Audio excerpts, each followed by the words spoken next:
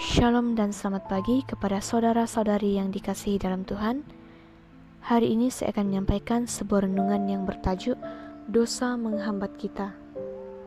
Ayat inti dalam Yeremia 5 ayat 25, kesalahanmu menghalangi semuanya ini dan dosamu menghambat yang baik daripadamu.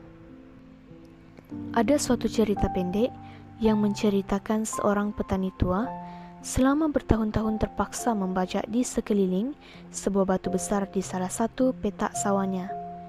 Batu itu telah mematahkan beberapa mata bajak dan sebuah cangkul miliknya.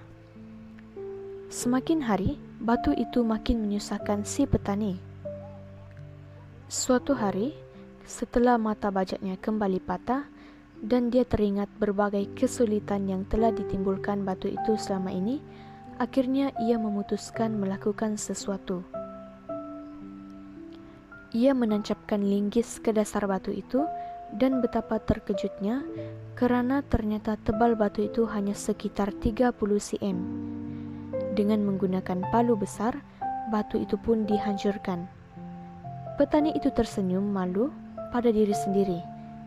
Seharusnya aku dapat mengatasi batu ini dengan segera, sehingga aku pun tak perlu bersusah-susah sampai bertahun-tahun. Kira-kira demikianlah apabila ada dosa di dalam diri kita yang tidak segera kita singkirkan. Setelah kita bertobat dari dosa besar kita, namun kadang masih ada dosa-dosa kecil yang tanpa kita sadari masih ada di hidup kita, seperti kemarahan, kemalasan, kesombongan, kebencian, dan sebagainya. Dan hal itu dapat menjadi penghalang kemajuan hidup rohani kita. Perlu diingat bahwa di mata Tuhan itu tidak ada dosa yang besar maupun dosa kecil, karena dosa tetaplah adalah kekejian di mata Tuhan dan harus disingkirkan. Mengapa dosa harus segera disingkirkan? Karena dosa dapat menghalangi kita untuk datang kepada Tuhan.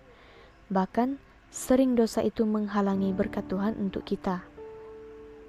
Seperti Nabi Hosea menegur bangsa Israel dalam Hosea 14 ayat 3, bertobatlah kepada Tuhan, katakanlah kepadanya, ampunilah segala kesalahan sehingga kami mendapat yang baik.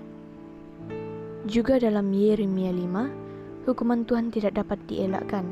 Kita tahu bahwa kerinduan Tuhan untuk memberkati bangsa Israel itu sangat besar.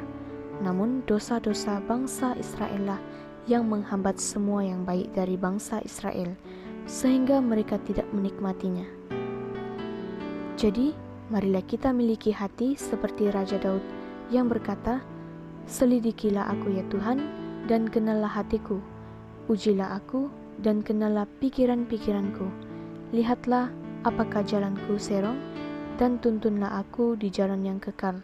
Dalam Mazmur 139 ayat 23 hingga 24.